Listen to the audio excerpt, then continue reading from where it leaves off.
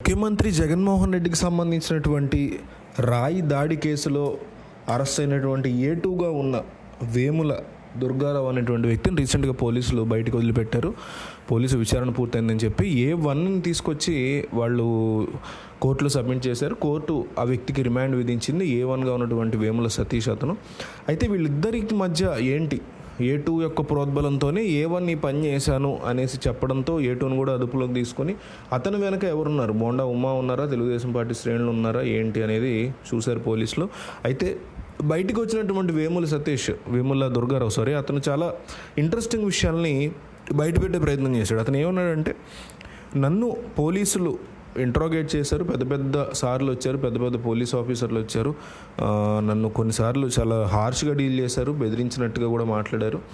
అయితే ఆఖరికి వచ్చేసరికి విచారణ ఎప్పుడైతే వదిలేయడానికి కొంతకాలం ముందు మాత్రం వాళ్ళు చాలా మంచిగా నా పరిస్థితి అర్థం చేసుకున్నారు, నా వైపు ఏ తప్పు లేదని వాళ్ళు తెలుసుకున్నారు. నా ఫోన్ రికార్డుల్ని వాళ్ళు ముందుగా చెక్ చేసినటువంటి పరిస్థితుల్లో నా ఫోన్ కాల్ డేటాలో తను ఎవరైతే A1 ఉన్నాడో అతనితో ఎటువంటి సంబంధాలు ఉన్నాయి అనేది అడిగారు.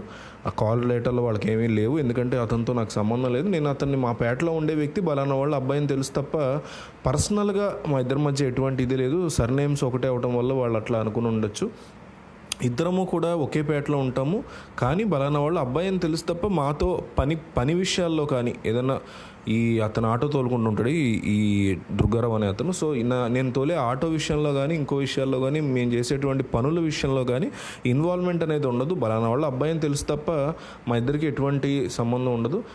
అలాగే పోలీసులు నన్ను తెలుగుదేశం పార్టీతో తిరుగుతున్నావా కార్యకర్తగా అని అడిగారు. అవునని చెప్పేసి నేను చెప్పాను, కానీ రాయి విసిరింది నేను కాదు, నాకు ఎటువంటి సంబంధం లేదు, నేను చాలా క్లియర్గా వాళ్ళతో చెప్పాను.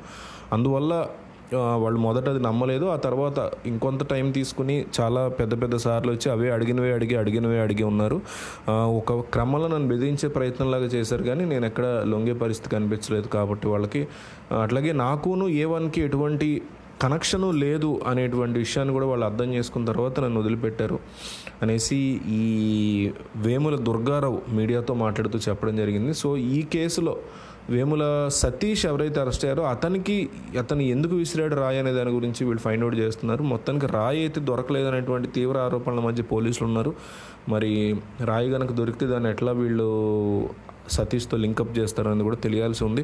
సో వేముల దుర్గారావుని వదలడం గురించి ప్రజలు ఏమనుకుంటున్నారు, మనకి ఇప్పుడు జగన్మోహన్ రెడ్డి పార్టీ వాళ్ళైనా చంద్రబాబు పార్టీ వాళ్ళైనా ఈ వీడియో చూసినప్పుడు కామెంట్స్ చూసి అసలు ఈ కేసు గురించి ప్రజలు ఏమనుకుంటున్నారు, వేముల దుర్గారావుని వదలడం గురించి ప్రజలు ఏమనుకుంటున్నారు అనేది చూస్తారు. కాబట్టి వీడియో చూసి వెళ్ళొద్దు, కంపల్సరీ కామెంట్ చేయండి.